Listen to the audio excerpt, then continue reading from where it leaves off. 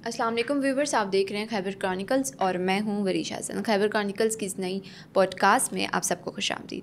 आज की पॉडकास्ट में हम बात करेंगे कि पाकिस्तान में टेररिज्म एक बहुत ही बड़ा चैलेंज है और एक बहुत ही बुनियादी मसला बन चुका है, और खैबर पख्तूनख्वा इस मसले से सबसे ज़्यादा, दहशतगर्दी के मसले से सबसे ज़्यादा मुतासिर है। आज की पॉडकास्ट में हम बात करेंगे कि खैबर पख्तूनख्वा में टेररिज्म की बुनियादी वजह क्या है और क्या केपी गवर्नमेंट इसके ख़िलाफ़ कोई एक्शन ले रही है या कोई पॉलिसीज़ उन्होंने बनाई हैं या नहीं। इस बारे में हम बात करेंगे। हमारे साथ मौजूद हैं साबिक़ सेक्रेटरी दाखिला और IGP हमारे मुअज़्ज़ज़ मेहमान डॉक्टर अख्तर अली शाह। अस्सलाम वालेकुम सर। वालेकुम अस्सलाम। Thank you so much sir for joining. पहले तो ये बताइए कैसे हैं आप? बहुत शुक्रिया, बहुत खूब। अच्छा ये सर, डॉक्टर साहब ये बताइए कि केपी गवर्नमेंट टेररिज्म के ख़िलाफ़ कोई पॉलिसी, मतलब कोई पॉलिसीज़ उन्होंने बनाई हैं या नहीं, आपको क्या लगता है?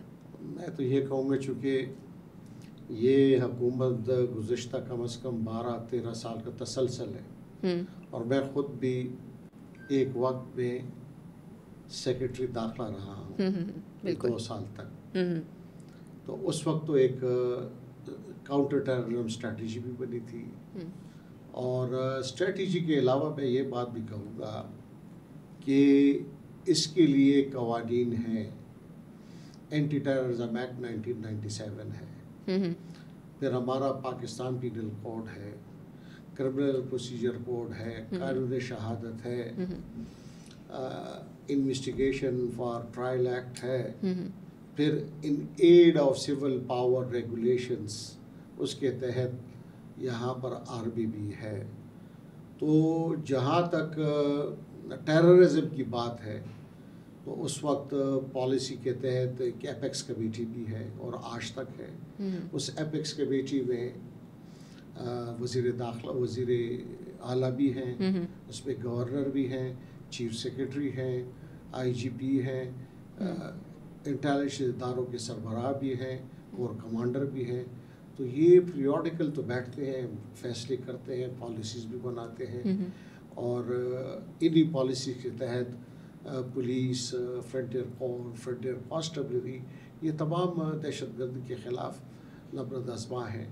गुज़िश्ता कम अज़ कम में जब से टेररिज्म यहाँ पर इसकी लहर उठी हुई है, वो चाहे वो पहले से पहले मुत्तहिदा मजलिस अमल की हुकूमत थी, फिर अवामी नेशनल पार्टी की थी, अब ये हुकूमत है।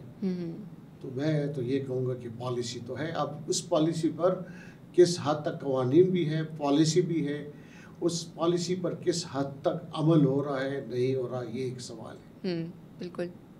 तो इसका आप जवाब बताइए कि कैसे अमल हो रहा है कि नहीं। मैं कहूँगा कि यहाँ पर पुलिस है, पुलिस पाबंद है कानून के तहत कि जब भी कोई भी जुर्म सरजद होगा तो वो उसके खिलाफ उसने कदम उठाना है। वो टेररिज्म के ज़िम्मे में आता है या वो आम जुर्म है। और साथ ही पुलिस एक बुनियादी तौर पर अगर 3 उसके में नुक्ते हैं, एक है डिटेक्शन है, प्रिवेंशन है, इंसदाद कि आपने जुर्म को पहले कैसे रोकना है, अगर हो जाए तो उसकी डिटेक्शन आपने करनी है। तीसरा है पब्लिक ऑर्डर को कायम करना। लेकिन जहाँ तक दहशतगर्दी का ताल्लुक है तो इसमें अब इस किश्ती में ये तमाम इदारे अब सवार हैं। ये अब सिर्फ पुलिस की अकेले में जिम्मेदारी नहीं है, इसमें इसके साथ RBB है, फ्रंटियर कोर है, फ्रंटियर कॉन्स्टेबल, ये चारों इस वक्त जिम्मेदार हैं कानून के तहत, आइन के तहत। क्योंकि आर्टिकल 245 उसके तहत RB यहाँ रिक्विजिशन है और फिर सूबाई असम्बली ने बाकायदा एक, बल्कि सूबाई हुकूमत ने in aid of civil power regulation की हुई है, जिसमें बेपतहा इख्तियारात दिए गए, RB को भी दिए गए। तो अब RB आप देख रहे हैं, फिर इसमें ये जो टेररिज्म है इसके ताने बाने तो हम कह रहे थे कि ये प्रॉक्सीज है, फितना, अल-खवारिज और वो इनकी तमाम पनाह गए ज़्यादातर अफ़गानिस्तान में। तो जब क्रॉस बॉर्डर टेररिज्म आ जाए तो उसमें फिर मरकज़ी हुकूमत का किरदार भी आ जाता है। तो इस वक्त सूबाई हुकूमत और मरकज़ी हुकूमत दोनों जिम्मेदार हैं जहाँ तक कानून और पॉलिसीज़ है उसके तहत इसकी रोकथाम करें। तो हम सिर्फ ये जिम्मेदारी सूबाई हुकूमत पर नहीं डाल सकते। और आप ये देख रहे हैं कि जगह जगह जहाँ पर भी हमारे ये ऐसे इलाके जो कि सरहद के साथ मिले हुए हैं, चाहे वो शवाल है, शुमाली वज़ीरिस्तान है, साउथ वज़ीरिस्तान है, कल परसों भी वहाँ पर हमारे सिक्योरिटी फोर्सेस के उन्होंने इन लोगों के साथ झड़पें की हैं जिसमें हमारे जवान भी शहीद हुए। एक बहुत यंग लेफ्टिनेंट भी उसमें वो शहीद हुआ। तो ये इस बात की निशानदेही है कि इस वक्त जितने भी इदारे हैं वो दहशतगर्दी के ख़िलाफ़ जंग कर रहे हैं। अच्छा सर, केपी गवर्नमेंट का अलग मौक़िफ़ है, फेडरल गवर्नमेंट का अलग मौक़िफ़ है। केपी गवर्नमेंट कहती है कि हम तालिबान से मुज़ाकरात करते हैं, इस बारे में आप क्या कहेंगे? मैं इस बारे में ये कहूँगा कि आप थोड़ा सा हाल ही में जो अफ़गानिस्तान में चाइना में ट्रायलैटरल मुज़ाकरात हुए जिसमें चाइना ने एक कलीदी किरदार अदा किया, जिसमें पाकिस्तान और अफ़गानिस्तान वहाँ पर इस बात पे एक एग्रीमेंट भी हुआ। और ये बड़ी खुशाइंद बात है कि जिसमें कि अफ़गानिस्तान ने ये हामी भर ली है कि वो तहरीक तालिबान पाकिस्तान को यहाँ पर उस अपनी सरजमीन को इस्तेमाल करने नहीं देगा। बिल्कुल। तो अब ऐसी इत्तलात आ रही हैं कि बाकायदा तौर पर पिछले दिनों वो पुलिस परेड था जिसमें उनके एक कमांडर तकरीर कर रहे थे। उन्होंने बड़े वाज़ेह अंदाज में कहा कि वहाँ उनकी जो अमीरुल मोमिनीन है मौलाना मुल्ला हैबत ने उन्होंने बाकायदा कह दिया है कि ये जिहाद नहीं है कि आप अफ़गानिस्तान की सरजमीन पाकिस्तान के ख़िलाफ़ इस्तेमाल करें, उनको अब रोक दिया गया। अब उनके तहरीक तालिबान पाकिस्तान उनके दरमियान में भी इख्तिलाफ़ात की ख़बरें आ रही हैं। और पिछले दिनों पाक अफ़गान सरहद के ऊपर जब कोई 30-40 या उससे ज़्यादा थे वो जब सरहद पार कर रहे थे तो इत्तला मिल गई थी जिनके साथ उनको रोका गया और बहुत से लोगों को वहाँ पर फिर कैफे किरदार तक पाक फ़ौज ने पहुँचाया है। तो मुझे ये नज़र आ रहा है कि इससे काफ़ी हद तक यहाँ पर दहशतगर्दी के वाक़यात में कमी आई है। बिल्कुल। अच्छा सर, माजी के हवाले से सवाल करती हूँ कि माजी में पीटीआई ने तालिबान को सीएम हाउस में दफ्तर खोलने की कुछ इस किस्म की बात की थी और मतलब सीएम और अब अली अमीन गंडापुर वही के वो मुज़ाकरात करना चाहते हैं तालिबान से।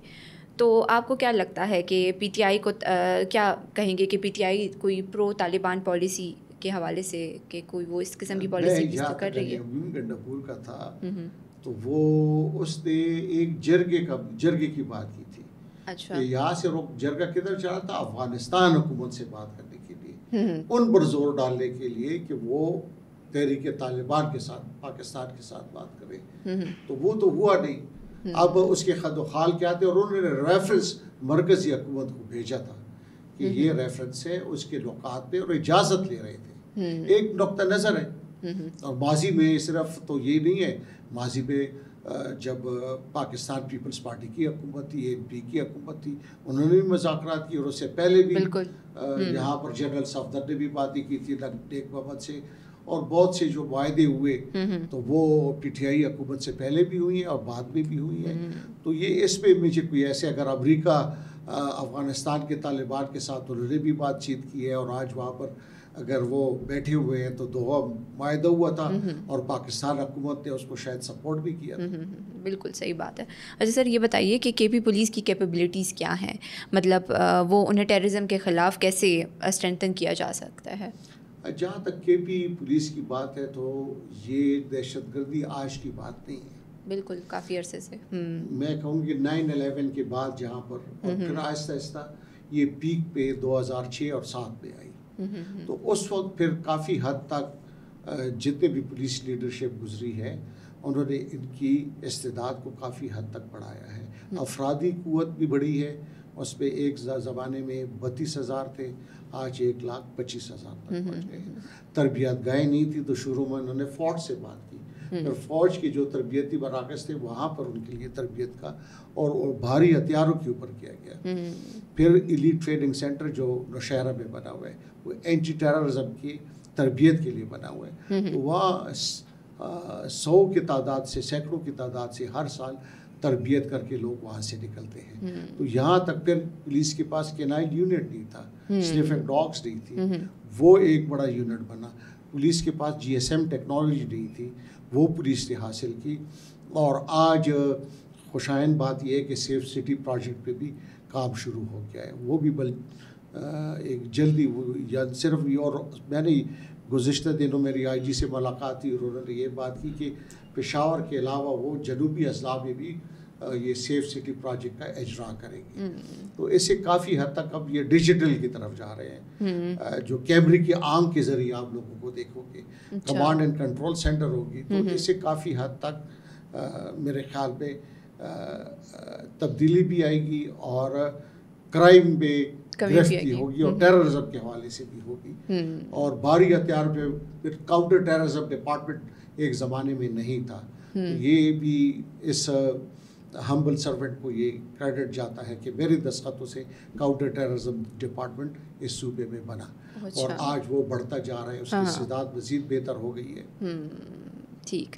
अच्छा सर, KB गवर्नमेंट और फेडरल गवर्नमेंट का जो अलग अलग मौक़िफ़ है और जो उनके बीच में जो कोऑर्डिनेशन की वजह है, तो वो टेररिज्म के ख़िलाफ़ एफ़र्ट्स में कामयाबी मिल सकती है हमें इस तरह के जो? मेरे ख्याल में तो जब यहाँ पर एपेक्स कमेटीज़ की मीटिंग्स हो रही हैं, वो वहाँ पर चीफ मिनिस्टर भी बैठे होते हैं, कोर कमांडर भी बैठे होते हैं, तो मेरे ख्याल में कोई भी ऐसे IG यहाँ पर हैं, वो तो मरकज़ के नुमाइंदे हैं, चीफ सेक्रेटरी मरकज़ के नुमाइंदे हैं, एडिशनल चीफ सेक्रेटरी होम जो है, ये तमाम इनकी जिम्मेदारियाँ बनती है। और पुलिस को किसने रोका हुआ है कि वो अगर कोई जुर्म होता है तो उसके खिलाफ न जाए?